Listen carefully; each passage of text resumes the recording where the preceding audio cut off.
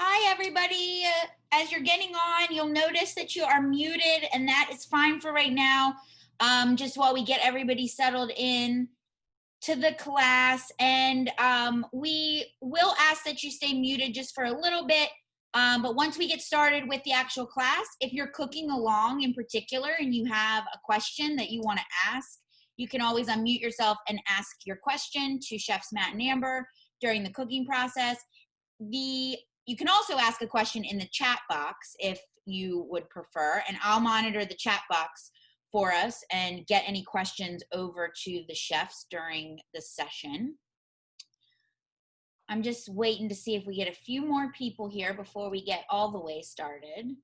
Okay, so hi everybody. I am Chef Heather. I am the Director of Operations for the Goldring Center for Culinary Medicine. You probably got some emails from me about this class. It's great to have you all here, seeing some familiar faces, which is always really nice. Some people we recognize, we know, we love you.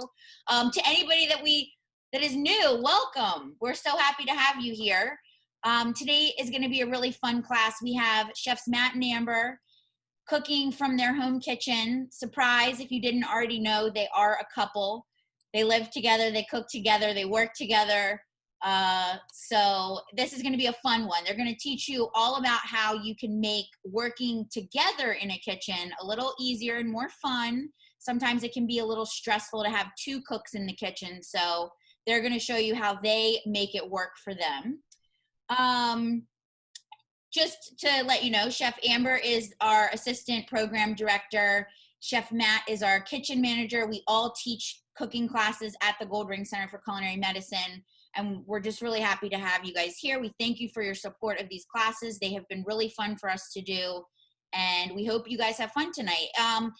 Raise your hand or give us a wave if you're cooking along tonight. Oh, wow. Oh my gosh, we have so many people cooking along. This is gonna be fun. All right. So just to go over a few things, as I said, I'm gonna keep you on mute for now. Feel free to unmute yourself later on in the class. I'm going to do some things during the class to spotlight the videos of Chef Matt and Amber's main screen there. They have a stove cam set up, so we might spotlight that one so that you make sure you're seeing the right view during the class. This whole class will be recorded, so if you want to go back and watch it again, you'll get access to that after the class. If anybody's not sure how to unmute themselves, it's down in your lower left-hand corner of your screen. You'll see a little microphone. You can just click that on and off to mute and unmute yourself. You can also decline, you can opt to show your video or not. The little button right next to that is the thing that looks like a little recorder or what is that, like a camcorder, a little movie machine. That one is the one you can click on and off if you want to hide your screen during the class. But feel free to show us your faces. It's fun to kind of keep track and see what everybody's doing. What else do I need to tell you? The chat box is sort of in the center of your screen at the bottom there. You can pop that open and we can keep an ongoing chat going if people have questions that they want to ask outside of verbally asking. I think that's really it. I'm going to go ahead and spotlight Chef Matt and Amber right now. That's going to make their screen nice and big for you so you can see all of the action that they're doing in the kitchen. And I'm going to turn it over to them to take it away for our cooking together session. All right, cool. So welcome to our kitchen. We'll be making 4 different recipes today, which sounds ambitious. I felt it was. Because it is. But hopefully, we're going to be able to get into a rhythm of things. So we'll talk a little bit as we're going. But first, we're going to start with the corn chowder recipe. We're going to be doing a dry roast on all of these veggies. So what we're going to do is Chef Matt's going to cut the poblano in half. You can decide if you want to leave the seeds in or not. I'm shucking all of the corn. And we're just putting it all right on top of the sheet tray. You don't have to worry about all the extra hairs. They won't burn. And that's why I chose to line the trays with foil instead of parchment. Parchment can catch on fire a little bit easier than some of us think. I've done it in the kitchen before, and I was kind of stunned that it could happen, but it can. So just watch out for that. I recommend that you make sure you don't have wax paper. A lot of people do buy wax paper thinking it's parchment, but wax really will get real wax on your food. So just be careful for that. Now that these are all halved, we're gonna pop them in the oven. Making sure the poblanos are face down because we're going to be charring the skin on them. We'll just keep an eye on them and give them a little shake every about 5 to 10 minutes, and then we're just letting them brown in the oven. Meanwhile, we're going to cut up our veggies for the chowder. All the vegetables for the chowder just need to be rough chopped. Cool. And that's also going to go on a foil sheet. We're just going to throw them directly on as they're finished. And I'm taking a bit of a lead. When it comes to cooking in the kitchen, we try to follow a little bit of a kitchen mentality because we find that it works a little bit better. Like an industrial kitchen mentality. Yeah. You can't really have 2 lead cooks.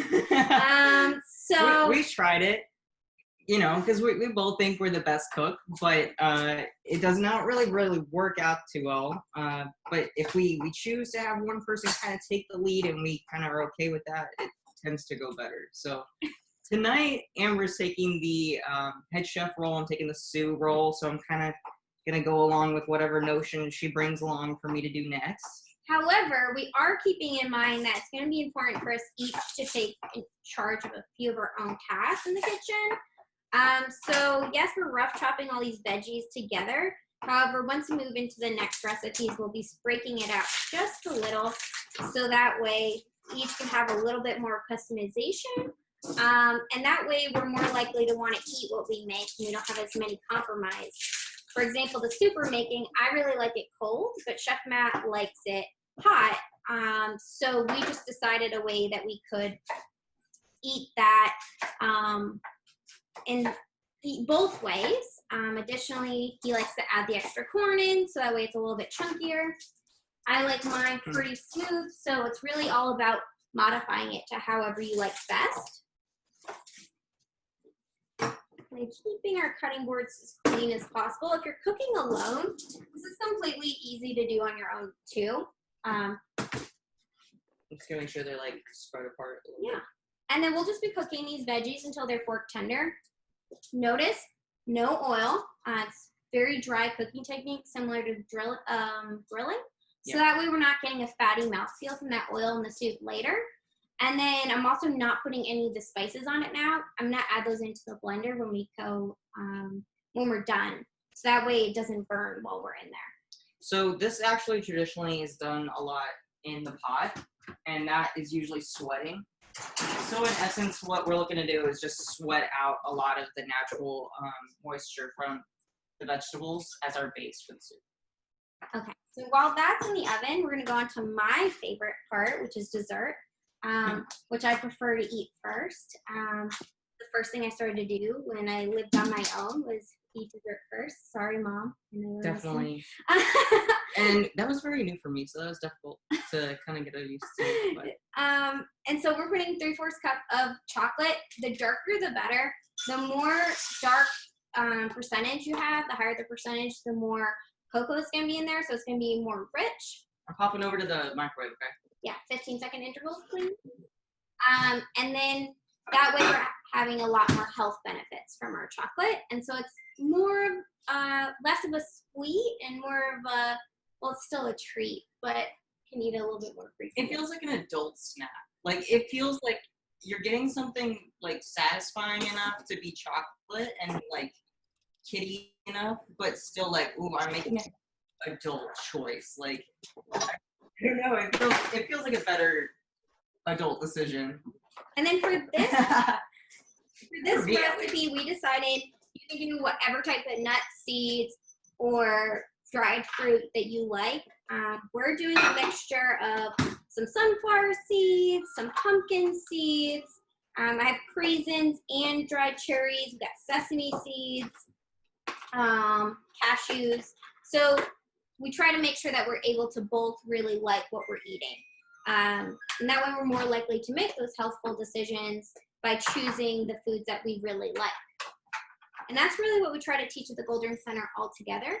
We really want to be teaching healthy eating as a lifestyle. So we want to be choosing foods that we make us happy and really satiate our needs and our desires. So that way we're less likely to go for junk food. Yeah.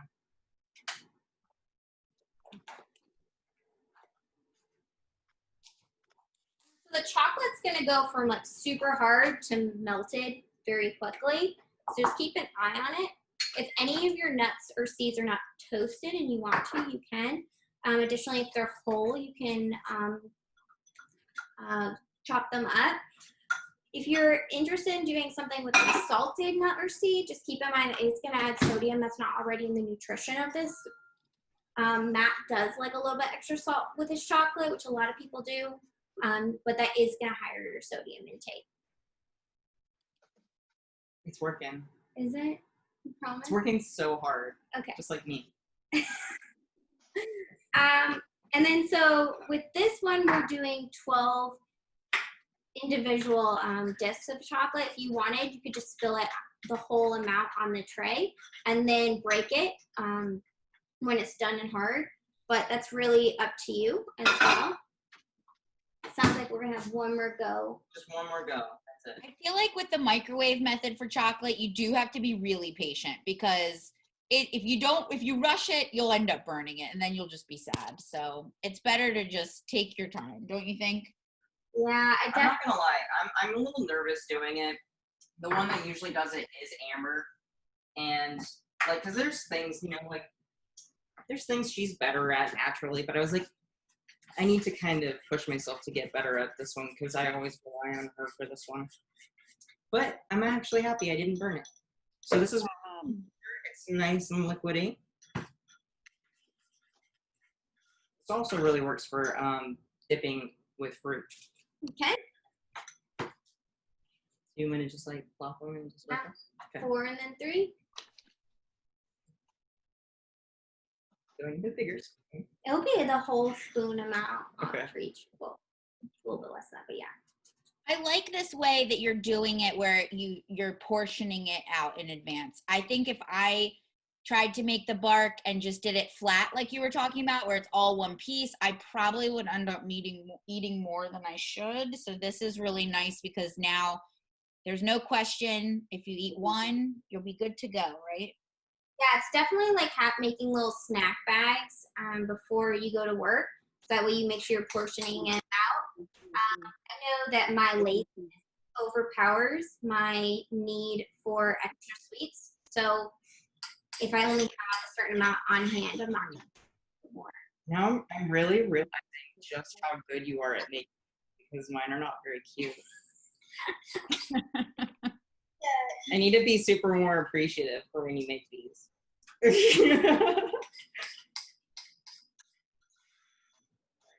think that's good. I don't know how to get. I'm not really sure how you ended up with this amount. Oh, I decided this amount. Was this not supposed to be the amount?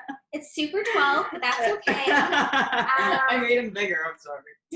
8's fine too, I guess. Right, but the goal is to do 12 out of that. And then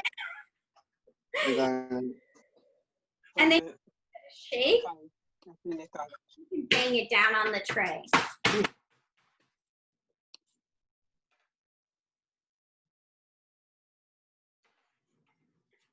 Okay, and then This is the fun part. yeah, and then you just sprinkle your toppings on each.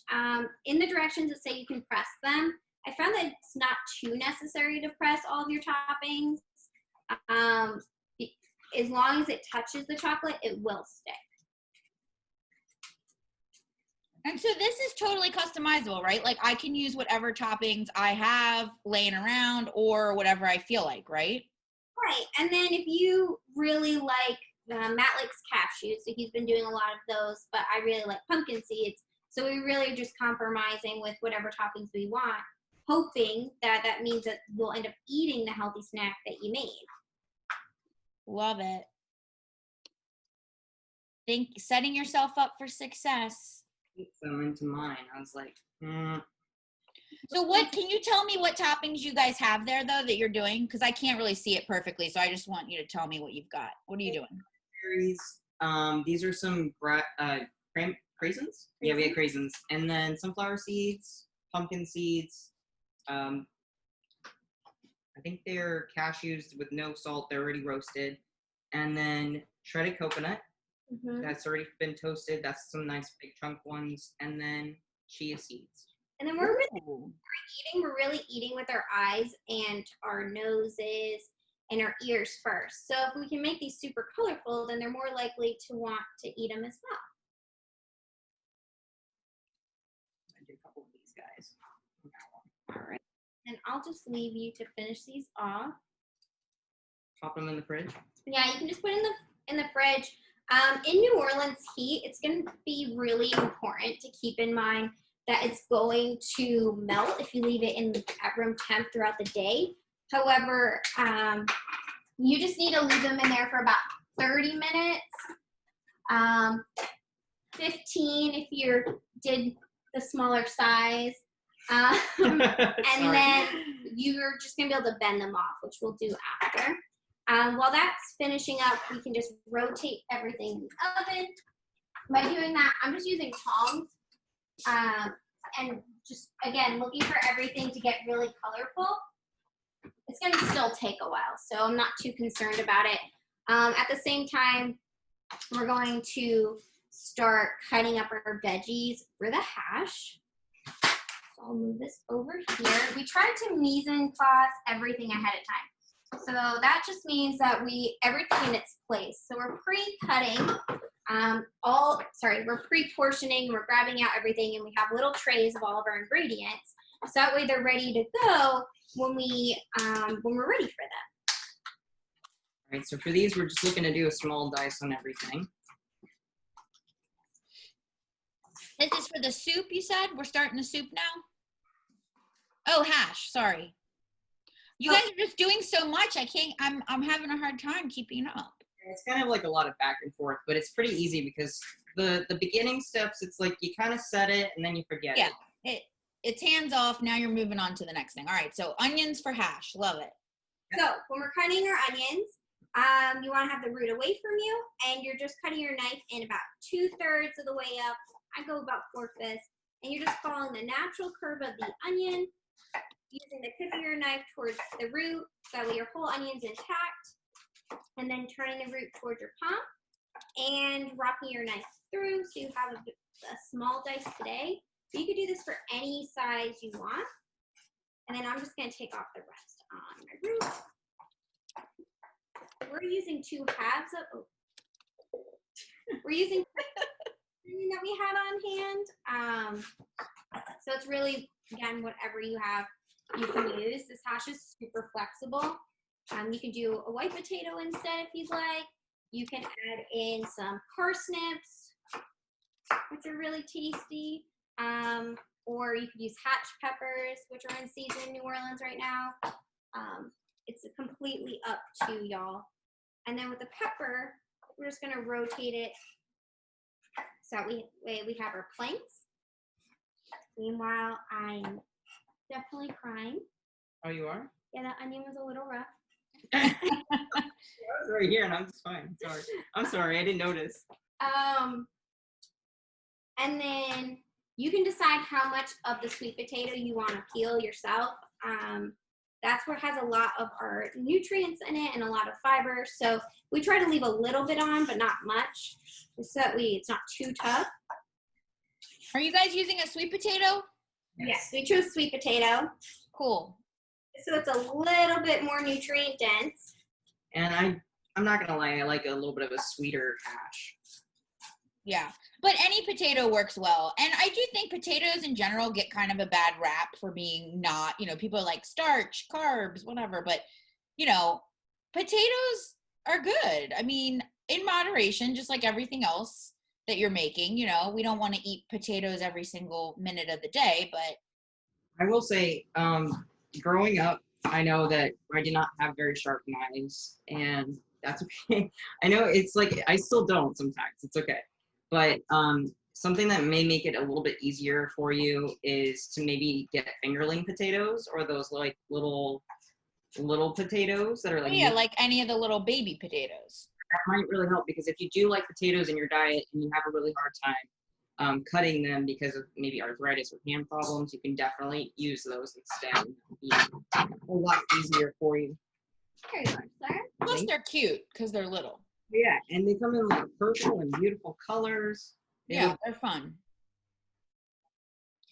I do like sweet potato, though. As we know, those orange fruits and vegetables have lots of good nutrients in them. We get our vitamin A, which most people just think of in carrots, but anything orange really has it. So, Smacking through garlic away? Yeah.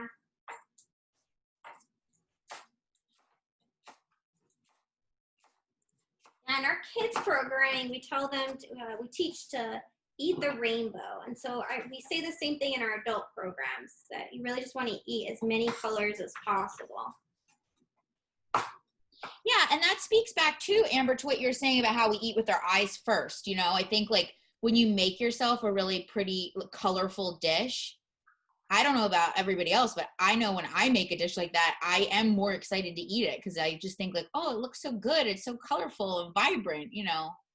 Yeah. You put the work in. So plating it up for yourself, it also really, increases your experience and it shows off the hard work that you did.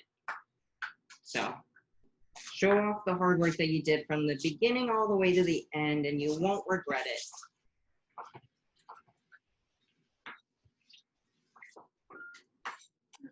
I'm going to just open up the oven behind you.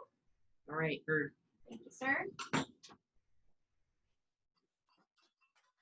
Good communication going on. This seems very key to working cohesively. You definitely gotta, let each other know what's going on, right?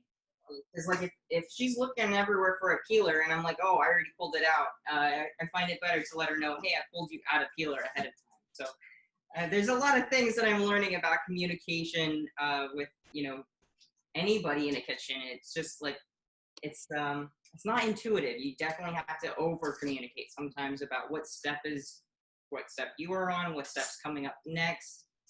If somebody feels comfortable doing this part, if not, can they show you how?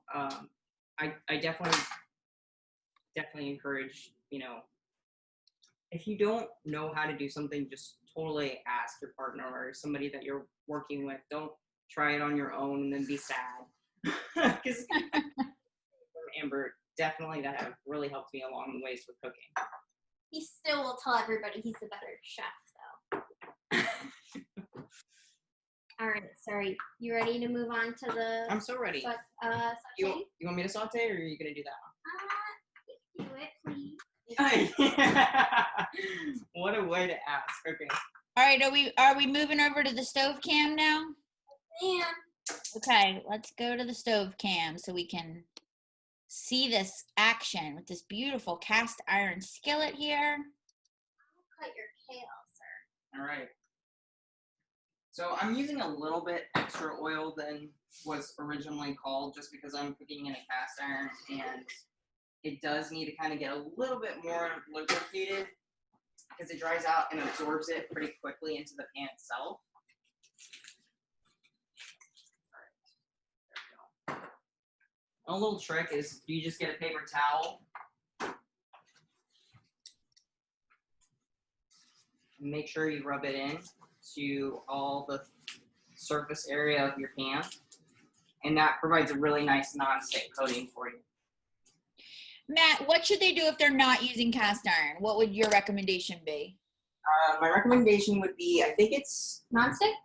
definitely a non-stick pan, but you're gonna do 1 tablespoon of oils because that's all you really need, and a medium size is about right. So nothing. Okay. But they should definitely, they're going to want to heat that pan before they add the oil, right? So that the oil will kind of like spread out for them, like you just made happen in your cast iron. Swirl it around a little bit. Yeah. Okay, cool. All right. So I'm actually going to pop in the potatoes first since they're a little bit more starchier than the rest of our vegetables. Make sure they're really nice and even on the bottom of the pan. And this is going to take a really long time in essence to kind of get them browned and crispy and nice, but it's really worth it to start a hash on the stove first and then transfer it into the oven so that you get the color you're looking for, you get the texture, and then it just kind of finishes the inside baking of the potato itself inside the oven. So now I'm sizzling, it's popping, it's looking good. Matt, could we also do this recipe if we had some like already cooked potatoes left over? Could we sort of like make a hash out of things we already have? Oh, absolutely. Anything that you kind of have left over, it definitely makes for a quicker hash. It's easier for you to utilize like maybe some just roasted vegetables in the morning into a breakfast hash. Yeah, But that's what I was thinking. That sounds like a good way to do it.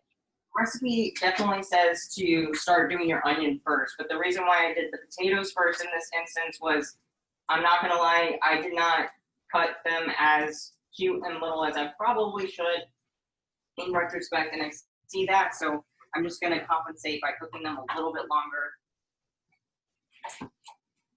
I know I've done a little trick on occasion with a potato where I've actually like done a little partial cook on it in the microwave to kind of soften it, and then you can sort of the opposite of what you were saying before, Matt, about like crisping it first then finishing in the oven. You can like cheat by getting it soft in the microwave and then crisp it up in the pan kind of quickly at the end.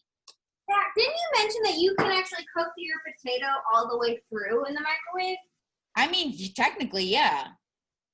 I usually would put them in a bowl and cover it, and then I forget the time. I mean, I could look it up. I haven't done it in a while, but I've definitely done it in the past. It's something I actually learned from America's Test Kitchen a long time ago. It was one of their tips.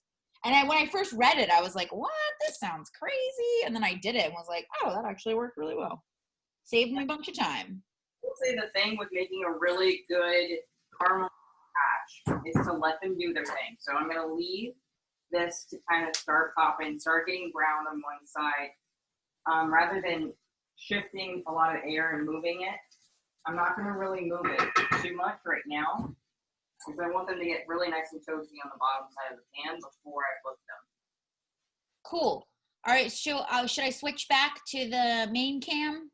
Yeah. Up to you. Let's switch back. I want to know what you're doing with that kale, Amber. Tell us about the kale. So first I forgot the garlic for my veggies in the oven, so I'm throwing that in because I just smashed it. And so for the kale, what I did was I just took a leaf, and bent it backwards. That way the stem's on one side. And then just took my knife up the back of it to cut out the stem. That's to check the oven. And then I'm just running my knife through so that way I get some little pieces. Because I took out that stem, it's gonna already be pretty thin. So it's not gonna be those long strings. Like when you go to eat a salad and the kale or spinach goes a little bit too long. And that way when we add this into our veggie mixture, all this kale is gonna be pretty small and loose. Which will It's gonna cook down a lot. I mean, that looks like a lot of kale, but it's gonna shrink, right? It's just, in the recipe it has about 2 cups. I went a little heavier handed, just because we had it and our bunch is a little small. And it's not gonna hurt anybody. All right, oven open. Lindsay wants clarification on what you just did with that garlic, Amber. She said she missed the garlic step. Does it go on the sheet pan or get mixed into something? So there's some garlic that was small chopped for that hash earlier. Okay, so we should have some finely chopped garlic for our hash, and then we should have some 2 cloves of smashed, just loosely smashed in a sheet tray. I'm gonna pull out the veggies for a second so you can see what stage we're at. They're just starting to get golden, but they're not quite translucent yet. And then it's not quite pork tender. So this is gonna stay in the oven until it is ready. But I just threw the garlic whole right on the side. It's okay to add the garlic in late because it's so small. It cooks a lot quicker than the bigger rough cuts.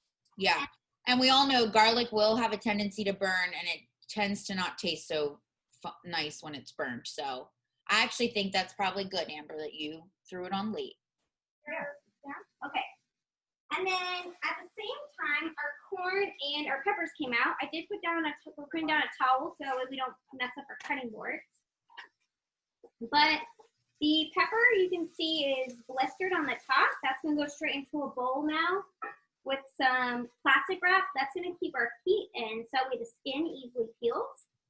And then our corn is gonna be lightly golden. If you'd like it a little bit more colored, you can, but it is gonna have an extra toastiness and extra sweetness to your stew. So completely up to you. But I tested this by just literally sticking a fork in and it pierces the corn just fine. So I'm gonna just remove, Matt's covering the pepper so that way it doesn't have any holes in the top. And then I'm gonna trap all that steam inside that bowl, right? Absolutely. That's that skin, which has a little bit of bitterness, off of and to let go of that pepper flesh. And you can do that with any kind of pepper, right? Like this is how they make roasted red peppers, which are, you know, somewhat still popular. Right, and I'm really big on it for on the stovetop to char it. And then you get that blackened skin. Yeah. Off too. I'm not looking for quite blackened. I don't need that much depth of flavor for these particular peppers. I just want it cooked enough that it gets rid of the raw, bitter, and really stringent heat. Yeah. Would you mind telling us a little bit, if now's a good time, just about poblano peppers for maybe people who are less familiar with them? Okay, so well, like, what's the deal? I mean, are they spicy? Are they mild? Do they have options? Like, what's the deal? They're spicier, but not too spicy. Okay, so spicier than a bell pepper, but not a jalapeno. Yeah. Not even a hatch either. Hatch, you never know. It's pretty spicy on you, even though it kind of looks like a poblano. Okay. I will say poblanos make for wonderful, wonderful green salsas. Great for popping in the blender and using it to make a salsa verde for an enchilada sauce. Mm-hmm. Okay, so people will be familiar with them from like those kinds of Mexican dishes. Don't they usually use those for like chili rellenos too? Those stuffed chilies that you can get? Yeah, and honestly, a lot of people actually here in New Orleans will use them to, instead of doing bell peppers, for stuffed bell peppers. Ooh, yeah, I like that. That sounds good. It makes for they're usually pretty big. The ones that we had today were kind of small in size, but it adds for a nice kind of bigger boat for stuffing inside rather than like just a bell pepper that kind of is a little bit little. Yeah. Cool. And it's just a little different flavor profile too, I think, which is kind of just fun to try something different if you've never cooked with them before. Definitely got more pepper flavor than a bell pepper, which is appreciated because, you know, bell peppers can kind of taste like romaine or iceberg lettuce, where, you know, you get a lot of crisp, cool water, refreshing taste from it, but not a lot of pepper punch. Gotcha. All right. And then if you wanted that this dish to be more spicy, you could use serrano, you could use hatch, you could use you could even like throw a jalapeno in there, right? I mean, so it's really up to you, but if you don't like spice or you're just going for what you have on hand, a bell pepper is completely fine. There's really no right or wrong way to do it. Are you cool? Should I pop over to the stove cam real quick to see what's going on? All right, so I overcrowded my little container. So now I'm just gonna try to steam in a lot of the extra, moisture from the kale. So this has the sweet potato, the onion, Yep, the bell pepper. It's got our seasoning, it's got the garlic. I wish I had showed you guys a little bit ahead of the time, but that's what's going on under the hood. Yum. But that'll start wilting down, so it's gonna go. It's just, yeah, you got a lot of there right now. Oh, we're gonna do a little makeshift cover. I like it. It's what I had the kale in, to be honest. I like it. It works. And then you're just gonna throw that in the oven. It does say about 400 degrees for it currently. But you can do the 450, or you can drop the whole temperature down to 400. I try to start with a little bit higher temperature when I'm gonna cook multiple dishes because it's easier and quicker for the temperature to drop than to go up. And I try to just keep one temperature so we can put everything in the oven at once and reduce how long we have to leave the oven on, especially in the heat of the summer. Oh yeah. Good tip. All right. Now we're going to shuck the corn. Let's shuck it. Shuck the corn. So there's lots of different ways to do this. The jury is out on which one's best. Heather, I know you've mentioned that you can do a towel down and then cut it off into that and then scoop it up. Yeah, I do the towel method because I want to see you do your method here. I've done this method before. I tend to be a little awkward about it. So I think if you, show us this method and we'll see how it goes. I mean, yes, my method is just to literally put down a clean kitchen towel, stand the ear of corn up on that, and let the kernels fall onto the towel. They tend to not bounce all over the place. They kind of land right on the towel, and then you can just gather the towel up and you're good to go. Absolutely. This one I learned watching the Food Network. Yeah.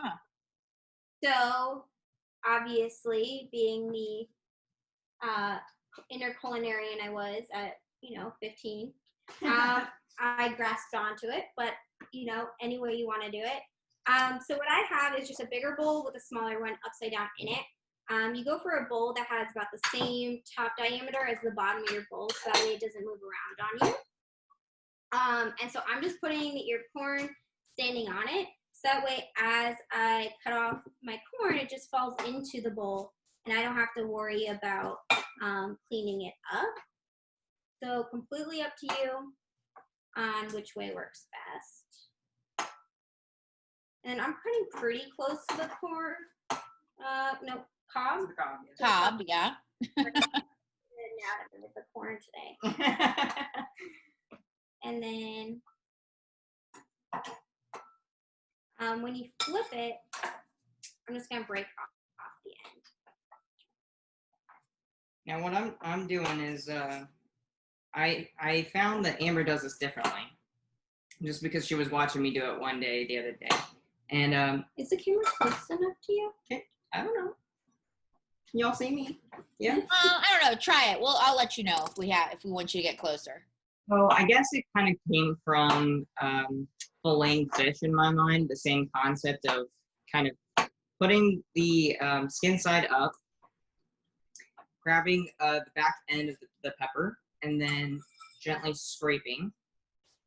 So this is to get the skin off of that poblano that was chilling out in that bowl, right?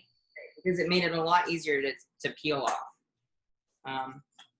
And that's what, a lot of that cellulose we just kind of don't want into our sauce, because it's just going to keep it more fibrous in a way that doesn't just slowly melt in your mouth in the blender. It kind of adds a little bit more chunkiness to it. And a little bitterness. Yeah.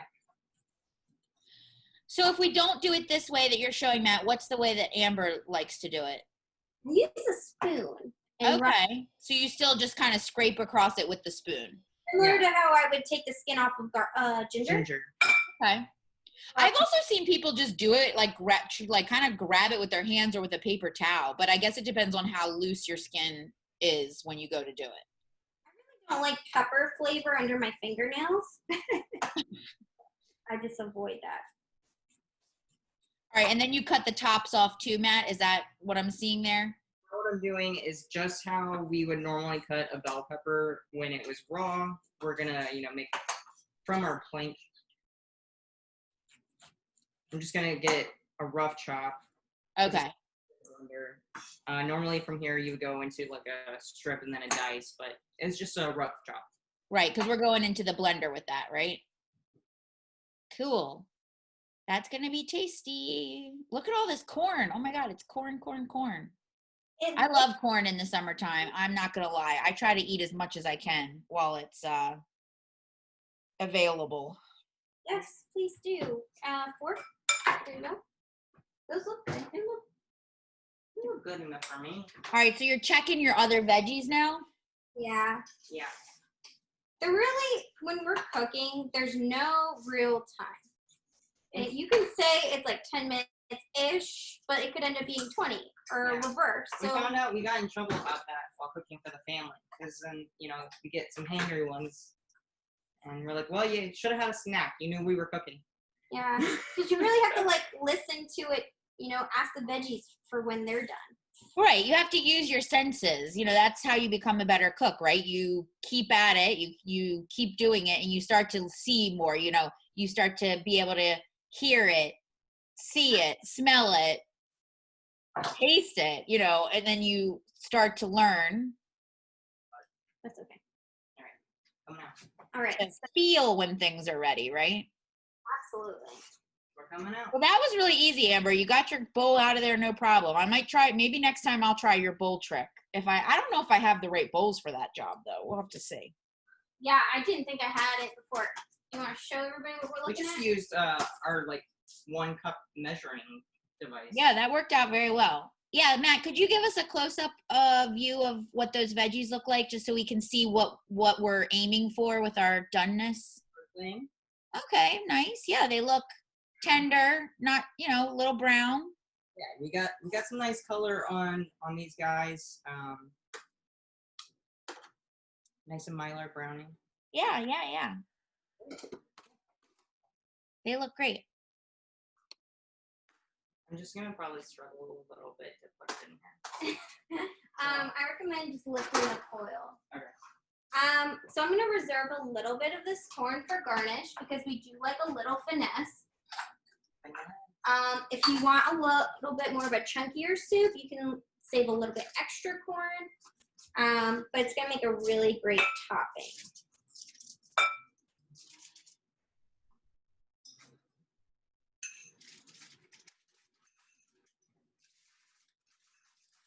I'm gonna take out about 1 ear's worth. Foil's a weird one. I never understood how it's never too hot to touch. I know. It doesn't really, usually it stays pretty cool, even when in like a 450 degree oven. I just had a couple pieces stuck, so I'm just gonna lift those off quick. Now, if you don't have a blender, you can just cut all this really small by hand, or you can use a food processor. It's really up to you on what equipment you have on hand. I like mine extra blended and really smooth, but you can make it more of like similar like a traditional corn chowder or a clam chowder, and just have it really thick. And if you're gonna do that, you just want to cut these veggies just a little bit. All right, Sarah, can you put this into the blender? Sure. And then I will add in the spices. I'm adding in, my veg stock is very cold because I like it a little bit cooler of a soup. If you want it warmer, you can just do a room temp, or you can heat it up on the stove in the microwave so that way it's a little bit warmer. You don't want it very hot and steaming because that's very taxing on your blender. It's also dangerous. Yeah. And so then you wouldn't be able to completely cover it, and it'll be a little bit messier. I love that this is a chowder and we don't have any cream. There's no butter. There's nothing real heavy. We have a nice light chowder that gets nice and creamy from all that delicious corn. Yeah, it's using the natural sugars of all these different veggies for all the for that creaminess. So it's completely dairy free. All right, sir, can you add these in? And then we're gonna squeeze some lime. We're using some older lime that we had on hand, but I just cut it up yesterday for some Moscow mules with a little pizzazz. so if you have your lime, you just want to give it a little pressure so it's a little bit easier to work with you. And then if you'd like, you can stick a fork in it and use the fork to against your hand, which I'm going to do now. It is about 2 tablespoons that we're putting in here. But if you want to wait and add it in after to your liking, that's cool too. Definitely can serve it as a garnish if somebody likes it and another doesn't. You can do like a squeeze of lime at the end if you like. Yeah, that sounds cool. Okay. And we'll just give this a blend. Cool. I'm not going to mute it, so hopefully it's not bad. It's all right. We don't mind. You saying it now, so hopefully it's cool. I won't know when to stop. Amber, remind us exactly what all you put in the blender. Sandra's asking for a little reminder of what all went in there. What was that? Sorry. Sandra's asking for a little reminder of what all went in the blender. So for the roasted corn poblano chowder, it is the corn, almost all of it. We left a little on the side. The poblano peppers after the skin was removed. All the rough cut onion, garlic, and zucchini that were already roasted, as well as the smashed garlic that was roasted. We added 2 cups of veg stock so that way ours could stay vegan. Not that we are vegan, we're making salmon. And then you can add a little bit of lime. And then we have the seasoning blend is salt, pepper, paprika, cumin, and coriander. I like smoked paprika, so it adds a little bit more umami to it, but it's not necessary because we roasted the peppers. All right. I think Sandra gave us a thumbs up. I think we answered her question. Good. Okay, great. So sorry, go back to blending now. Blend, blend, blend. And then we'll just blend that until it's as smooth as you'd like. I like mine super smooth.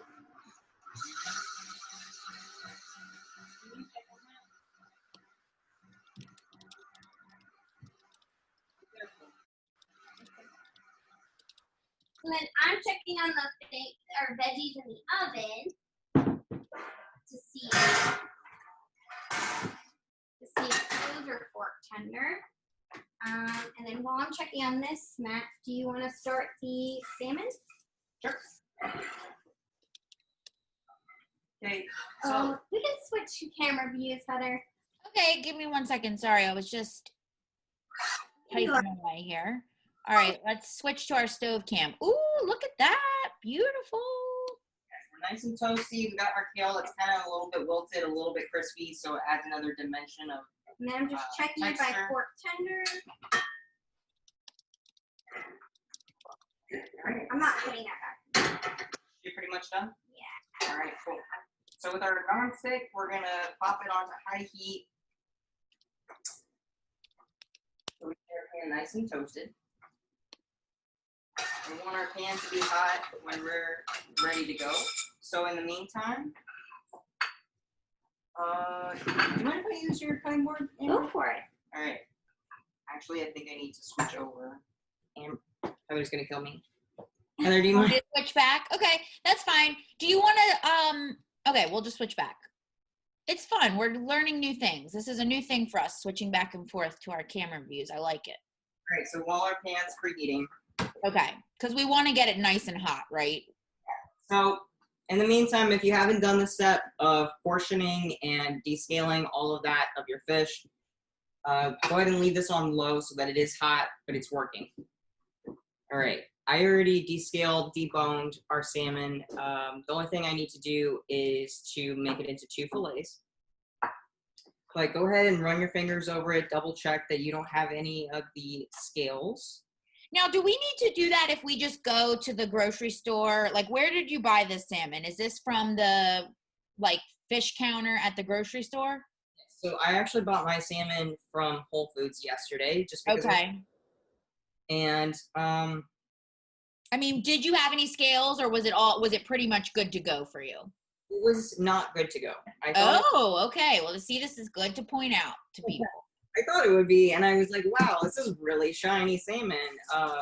No, it had the scales on it, so I took care of that earlier. Okay. Now, if we buy our salmon maybe like frozen in the like situation where you can get like the fillets that are sort of like vacuum packed in, you buy, you know, like a bag and it comes with a like couple fillets, that should in theory probably already be good to go with the scaling, right? Definitely should be. Yeah. You just go ahead and give it a double check. Yeah. You want to be sad when you're making that crispy skin and then you can't have it because it has all those scales. So just give it a double check. The thing that I just did was I patted it dry. Now this is really important. This also applies for, you know, any protein that you're pretty much gonna try to sear up and get really crisp.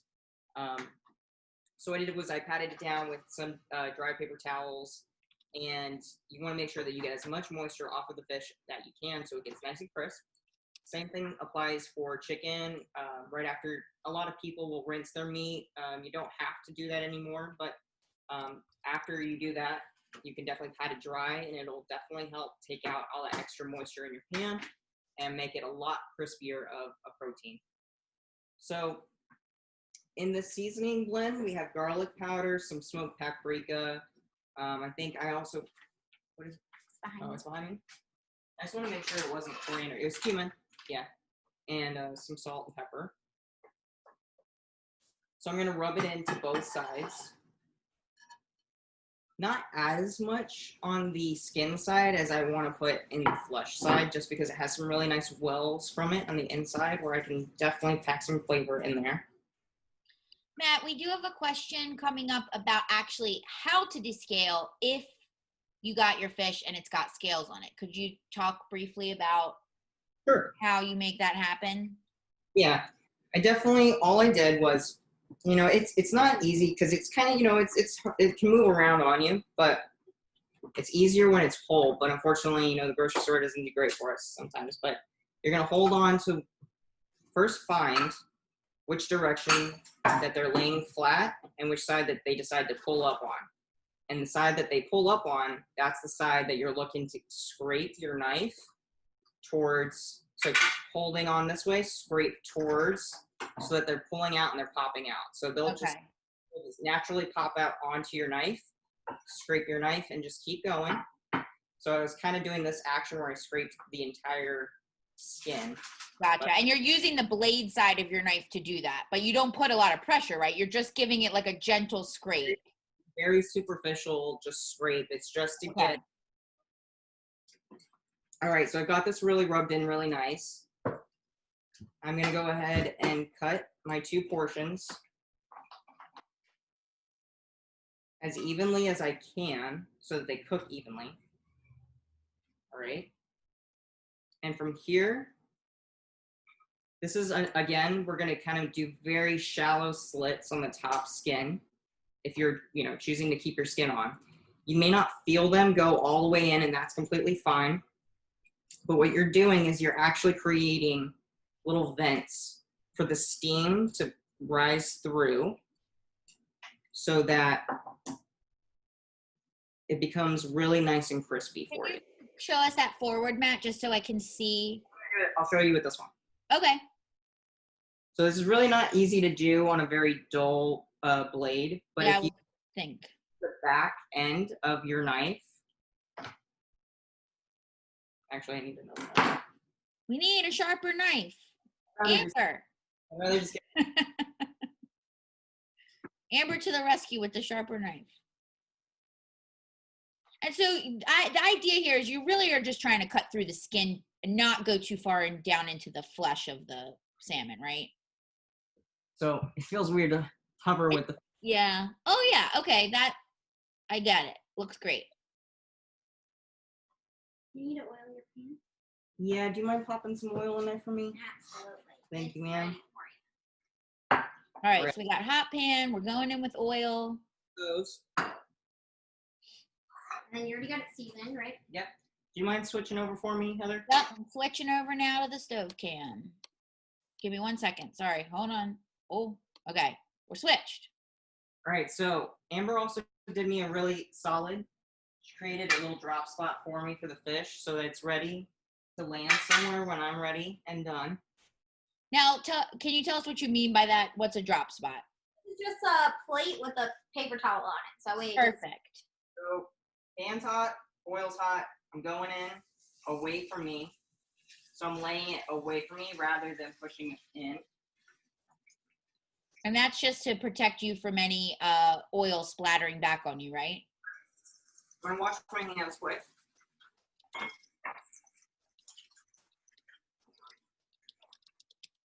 Now, if you didn't create those slits pretty deep into the skin of the salmon, it'll do this like really weird shrinking thing where it's kind of, it just immediately once it hits the pan, it'll start shrinking.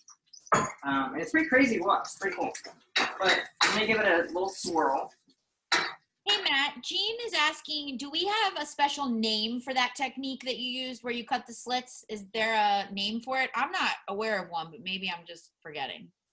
I'll be very honest with you. I'm not aware either. All right, maybe we'll Google. Maybe we'll see what Google has to say.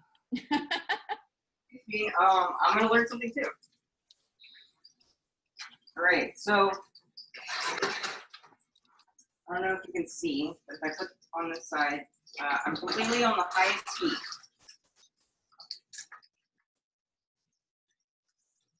One of those times where you just let the salmon do the talking for you. Look if it's crispy or not. If it's not yet, you leave it on that side.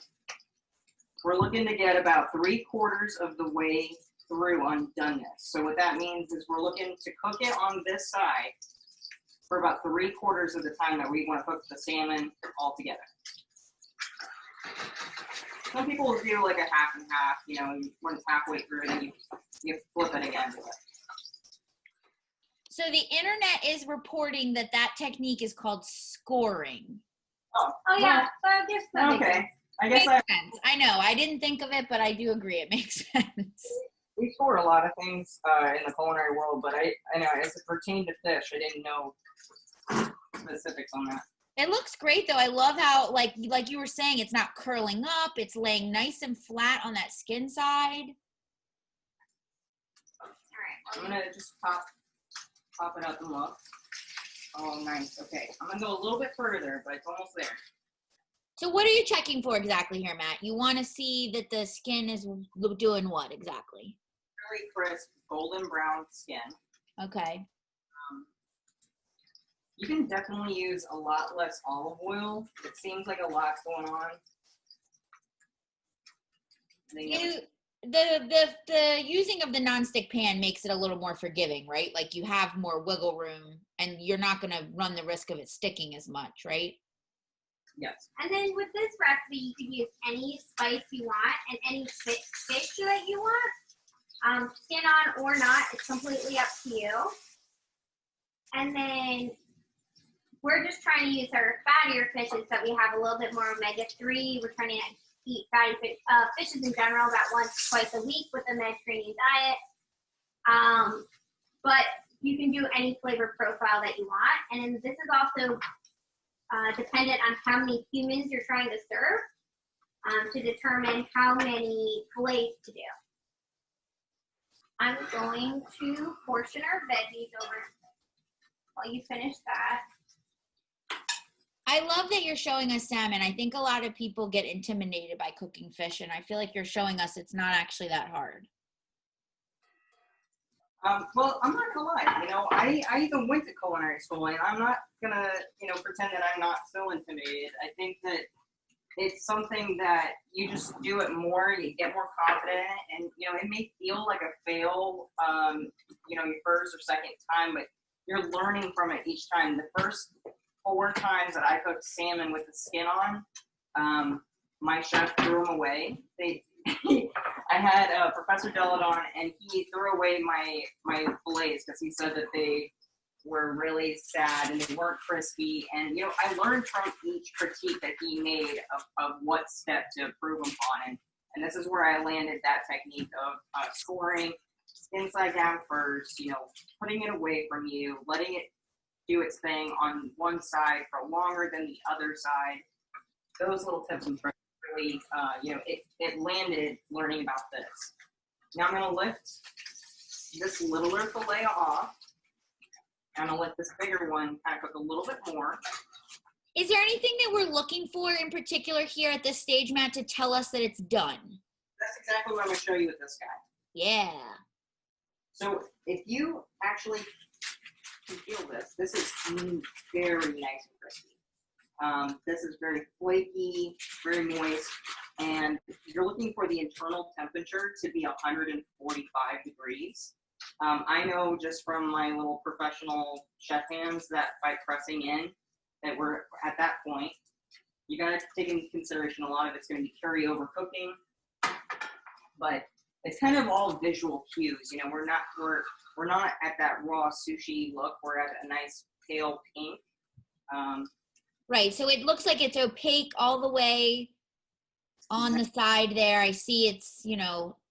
I'm gonna go a little bit further on that side. Woo! Mm.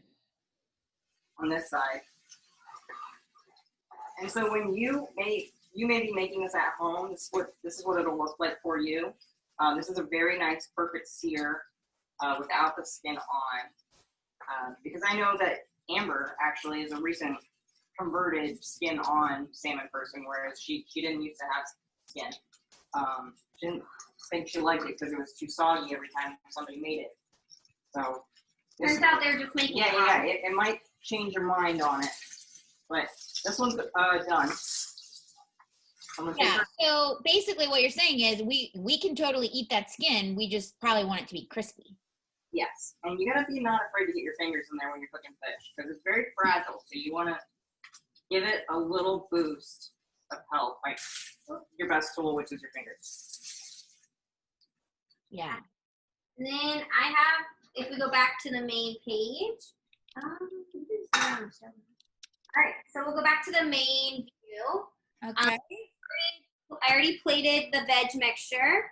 So Matt's gonna put that smaller fillet on there now because it's already rested. On the side, I dumped the soup into a bowl and put a little bit of our corn on top. Can I get a slower view of that? I missed it. It was spilling, so I had to. Oh, okay.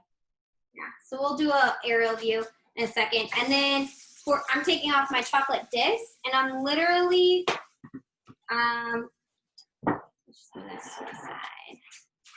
I'm just taking them and bending back the paper, and then they just pop off, leaving a very large pile of our chocolate ones. Now, if you don't let them in the fridge long enough, they might get a little stuck to each other, but for the most part, the pile is completely fine. Something that I didn't really get to squeeze in earlier, but I used half of my salt for the salmon in the recipe asked for? Yes, in the rub.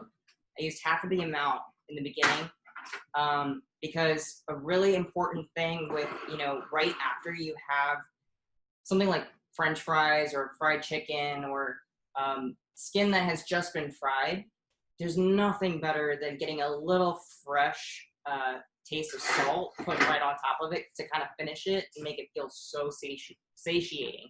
So with the other half of the quantity, I have like a tiny little pinch left. I'm just going to use it right on top like finishing salt. And this will be very satiating to the mouthfeel right when you're having the bite. So with this, if somebody has a nice finishing salt at home, like a Malden sea salt or like a whatever kind of sea salt or pink salt, like that would be a fun time to add that, right? Yeah. Then that's our salmon. It's so beautiful. Soup. And is it zooming? And then our chocolate bark. Yeah, it's a great view. Thanks for picking that up and showing everybody. And honestly, I know it looked like a lot of recipes and it looked like a lot of things to do. But when we were in here together, we kind of had, we had kind of gone into it like knowing what things I felt good that I could cook and what things you felt stronger on. And we brought, I think, our strengths to show together. And I think that was what really made it for not a stressful environment. Also, you really did awesome by anticipating some of my needs. She kind of saw that I was like struggling a little bit and you just popped in, so thank you for that. Yeah, but that's something that you're going to learn as you go in the kitchen with your partner to see who, what strengths each other have, but also what strengths, you need to look ahead and if you need to make notes as you're looking through the recipes. I have a list of how many sheet trays I needed and how many bowls I would need, similar to the equipment list that we sent y'all. So that way we can just have the mental mindset going into it of what our expectations are. So that way we're avoiding as many obstacles as we can later on. So that way we don't get overwhelmed and frustrated. Yeah. Because everybody knows once you start getting frustrated with the food cooking, you end up getting frustrated with the person you're cooking with. And then dinner's not as tasty.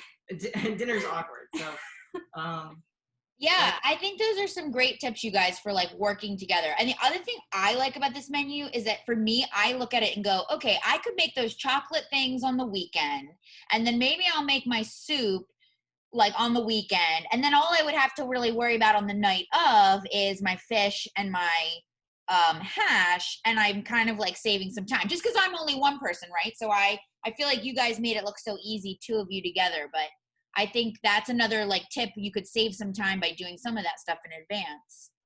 Also, a lot of these things, you do it once together as a date night kind of thing, and then you've already kind of got leftovers that are plentiful for the rest of, next couple of days that you can serve in different components or different ways. And that's what I liked about making this meal was that, by spending maybe a little bit longer cooking together one night, it saves us from like having to do it over and over again, and kind of becomes tiresome to cook every single night. So spending it as viewing the actual cooking process as quality time together definitely makes for just like an easier week together. Yeah, for sure. I think that's important to view, because a lot of the times we talk about how it's important to eat together and talk about our day at the table. And we don't really talk about what happens before the table. And I think that we don't cook together a lot because we think that we're not going to work together well, but we should more because, it's a way for us to spend some together time. So Cool. Let's check in with everybody else and see how did everybody else do? I'm going to go ahead and go back to our view where we can see everybody. I know we went pretty quick. Oh, you got us on the stove cam. How did everybody do that cooked along? Feel free to unmute yourself. Oh yeah, Sandra says, I'll read you guys the comments since you can't see them. So people are saying it looks delicious. Jean says she always learns so much from us. Sandra says it was great. She'll take a picture to send to us. Jean, you're overwhelmed. What? You're a professional. Come on. I'm overwhelmed. Somebody.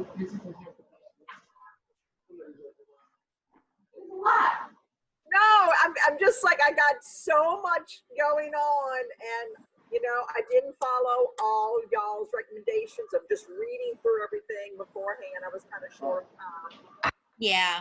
I'm gonna pull I it. didn't hear what they said. I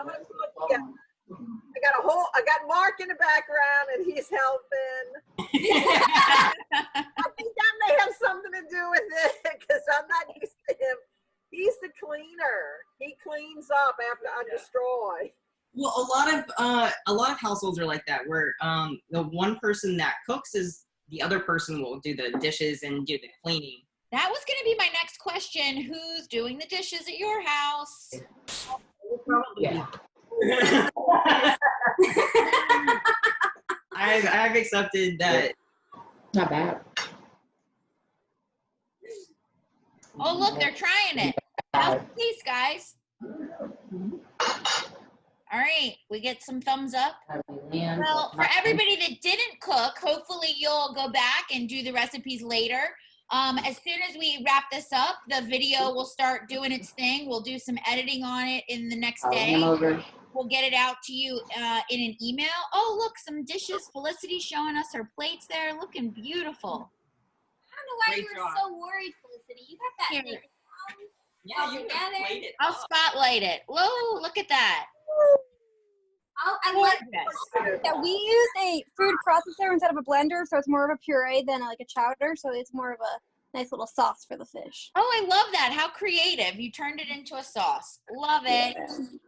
in a bowl. That's why I didn't Wow. mash into my soup with the salmon. I'm a plate person. She's a bowl person. That's a great idea. I love it. Thank you. Awesome. Well, thank you guys so much. I hope everybody She put her stuff over the enjoyed soup. the Yeah. class tonight, and we'll get you the emails. Keep in mind, our next class is going to be on Saturday, the 29th. It's at 11. This one's going to be a little different. It's designed for parents and kids to cook together. Ideally, probably like one parent or caregiver, whoever. Parents and kids. That's going to be our next one. We are in the Can you go works grab my of phone, figuring take a out- picture of your, or the grab your next phone and take a one. picture. I'm going to mute her. Sorry. We'll figure out the next one after that. And we'll let you all know. We'll send out emails. You'll be aware of what's happening. But yeah, Chef Katie's going to be back on our next class with her daughter Ainsley, and they're going to cook a nice little meal together. It's going to be very cute. But also, don't let that dissuade you. If you don't have a kid to cook with, you still can come to the class. It's going to be fun. The menu's really great because it's going to be stuff that everybody can enjoy, but definitely things that kids can help out with if they're interested in getting in the kitchen with an adult. So keep in mind that one. If you haven't already signed up, you can sign up on Eventbrite, and we will definitely also keep you posted on the next session after that. We'll do another evening class after that one. So thanks again. We hope you enjoyed it. We know we went a little over. Hopefully you didn't mind. We'll look forward to seeing you guys soon. Thank you. Thank you.